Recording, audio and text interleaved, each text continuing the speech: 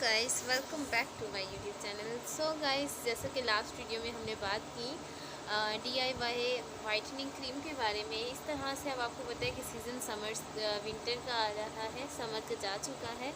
Winter में skin कितनी dead होती है, कितनी अजीब सी हो जाती है, रूखी रूखी सी, और इसमें रिंकल्स आ जाते हैं, बहुत ही ज़्यादा अजीब सी स्किन हो जाती है। तो ज़्यादातर लोग जो है वो हमें विंटर्स में रिकमेंड करते हैं नाइट क्रीम। अब नाइट क्रीम जो है फार्मूला क्रीम्स नुकसानदेह होती हैं, उसके अलावा कुछ फार्मूला क्रीम्स अच्छी भी होती हैं जिनका अच्छे इफेक्ट होता है। वो भी इंशाल्लाह हम अपने चैनल पे बनाएंगे इंशाल्लाह। फ़िलहाल मैं आपको एक DIY क्रीम बता रही हूँ जो कि आप होममेड बना सकते हैं। बहुत ही सिंपल क्रीम है। अच्छा, इसमें जो चीज़ें हैं ना, आप खुद अंदाज़ा लगा लीजिएगा कि वो चीज़ें कितनी अच्छी होंगी आपके लिए। और ये जो क्रीम है ये आपने जस्ट चेक करनी है। इससे ये है कि ज़रूरी नहीं होता कि सबकी स्किन टाइप सेम हो और सब पे ही रेमेडी वर्क करे। आपने गाइस एक हफ्ता इसको यूज़ करके देखना है। अगर आपको इफेक्टिव लगे तो आगे यूज़ करें, अदरवाइज़ इसको छोड़ के कोई और रेमेडी ट्राई कर लें, क्योंकि इसमें ना तो आपको इतना ज़्यादा खर्चा होता है, उसके अलावा आपको कोई साइड इफ़ेक्ट नहीं है। हाँ, जो रेमेडी आपकी बॉडी को, स्किन को सूट कर गई, इंशाल्लाह वो आपको फिर बहुत अच्छा रिजल्ट देगी बनिस्बत इन फार्मूला क्रीम्स की। ठीक है। सो अभी ये जो रेमेडी है इसको मैंने 1-2 दफ़ा यूज़ किया था, उससे ज़्यादा नहीं किया। बहुत ही सिंपल सी रेमेडी है। दरअसल आपने करना यूँ है कि आपने लेनी है एलोवेरा जेल। मार्केट वाली ले लें या घर की ले लें, ज़्यादा बेहतर है।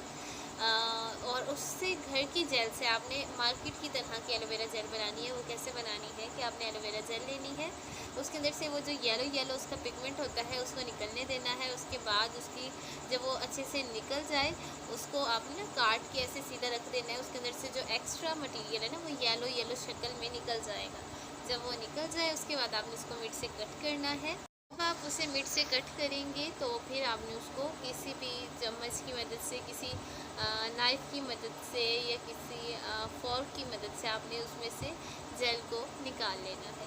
अब जब आप जेल निकाल लेंगे तो आपने उस जेल को यूज़ करना है, उसको आपने पकाना है। कैसे पकाना है? आपने पानी लेना है, पानी के अंदर आपने डालना है गिलेटिन पाउडर। ठीक है।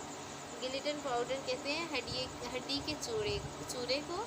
इसी तरह का एक पाउडर होता है, ठीक है, और वो जेली बनाने के इस्तेमाल में आता है। तो आपने गिलेटिन पाउडर लेना है, उसको लेके आपने कुक करना है, अच्छे से गर्म पानी करना है, पानी में उसको पकाना है। पकाने के बाद आपका जो मतलब मटेरियल है उसमें आपने एलोवेरा जेल डाल देनी है। साथ में आपने उसमें हल्का सा कोई भी कलर डाल देना है। कलर इसलिए डालना है ताकि हमारी जेल एक खूबसूरत से रंग की दिखे। जब वो आपकी नॉर्मल मतलब एक प्रॉपर तरीका होता है उसका, आप मज़ीद यूट्यूब पे सर्च कर सकते हैं। तो जब आपको लगता है कि ये अब गाढ़ी हो गई है तो हम उसे उतार लें और डिब्बी में डाल लें, और वो सोन ऐसी ही बन जाएगी जैसे कि आपने मार्केट से बाय की हो। लेकिन उसकी जो इफ़ेक्ट है वो बहुत अच्छा होगा, बिकॉज वो घर पे तैयार हुई होगी। सो गाइज़, आपने करना ये है, नाइट क्रीम के लिए आपने एलोवेरा जेल लेनी है। साथ में आपने लेना है एक कैप्सूल विटामिन ई का। अच्छा जी, विटामिन ई के बेनिफिट्स आप गूगल पे सर्च करें, यूट्यूब पे सर्च करें, आपको अनलिमिटेड मिलेंगे। तो आप इसको हेयर्स पे, अपनी आइज़ की क्रीम यहाँ पे लगा सकते हैं। जो आपको डार्क सर्कल्स आ जाते हैं वहाँ पे, या कहीं पे भी आप इसको यूज़ कर सकते हैं। विटामिन ई बहुत अच्छा है। ठीक है।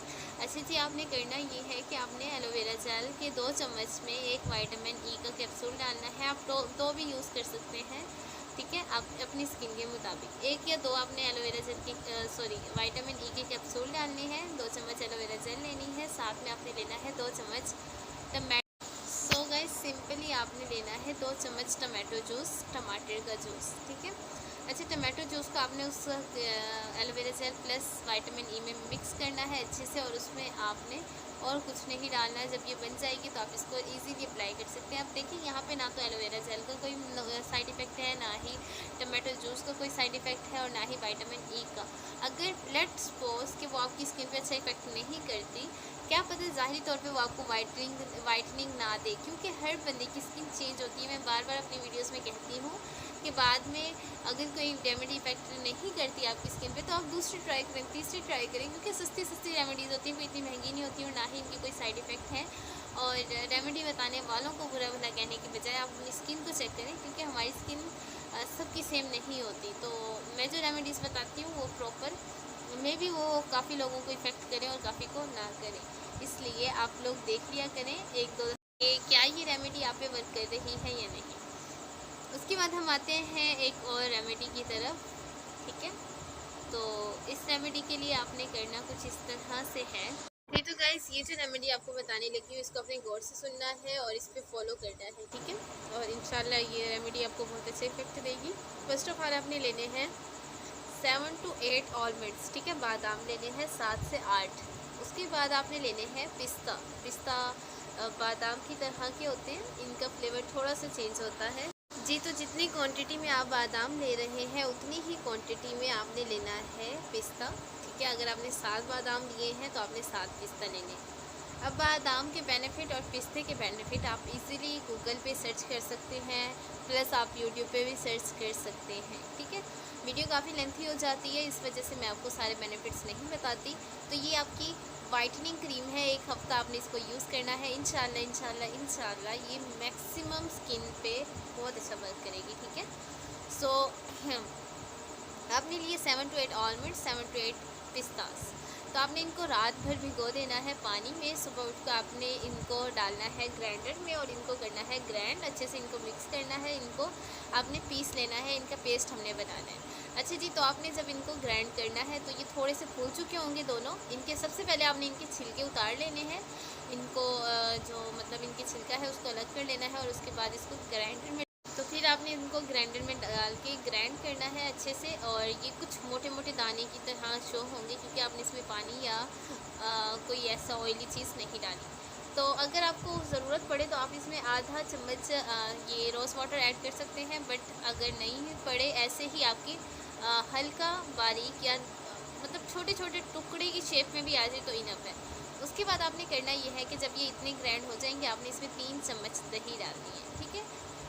8 जो हमारे बादाम थे और 8 पिस्ता का जो हमने वो मतलब पाउडर सा फ़िलहाल तो ये बनेगा दानादार पाउडर की तरह बनेगा। तो उसमें आपने क्या डाल दिया, 3 चम्मच योगर्ट। जब आपने 3 चम्मच योगर्ट डाल दिया तो आपने इसमें ऐड करने हैं 2 विटामिन ई कैप्सूल्स, ठीक है। उसके बाद आपने ऐड करने हैं इसमें टर्मरिक हल्दी या फिर सिंपल हल्दी, इसको हम बोलेंगे देसी हल्दी, आपने इसमें ऐड करनी है, ठीक है। 1 चम्मच देसी हल्दी, ठीक है।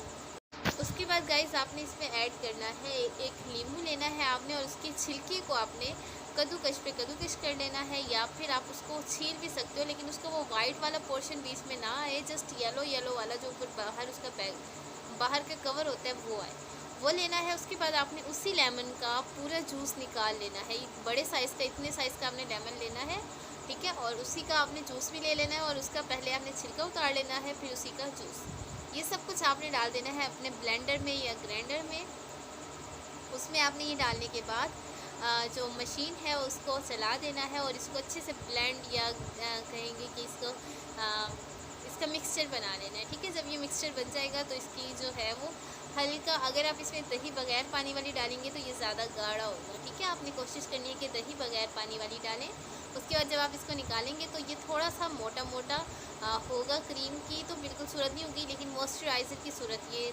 लेकिन ये डिपेंड करता है आपकी योगर्ट पे। अगर आपकी योगर्ट बिल्कुल गाढ़ी है तो ये मे भी क्रीम की शक्ल दे दे, और अगर ये थोड़ी पतली है तो ये मॉइस्चराइज़र की तरह, ये लोशन की तरह थोड़ा सा पतला होगा।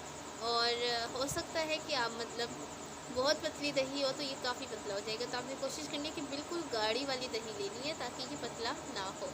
और इसमें रोज़ वाटर भी आपने तब तक ऐड नहीं करना, क्योंकि अगर आप रोज़ा वाटर ऐड कर देंगे पहले तो फिर ये मज़ीद पतला हो जाएगा। सो गाइज़, इस वाली रेमेडी को आप यूज़ करें, 2 हफ्ते 1 हफ़्ता यूज़ करें, इंशाल्लाह बहुत अच्छा इफ़ेक्ट देगी इंशाल्लाह।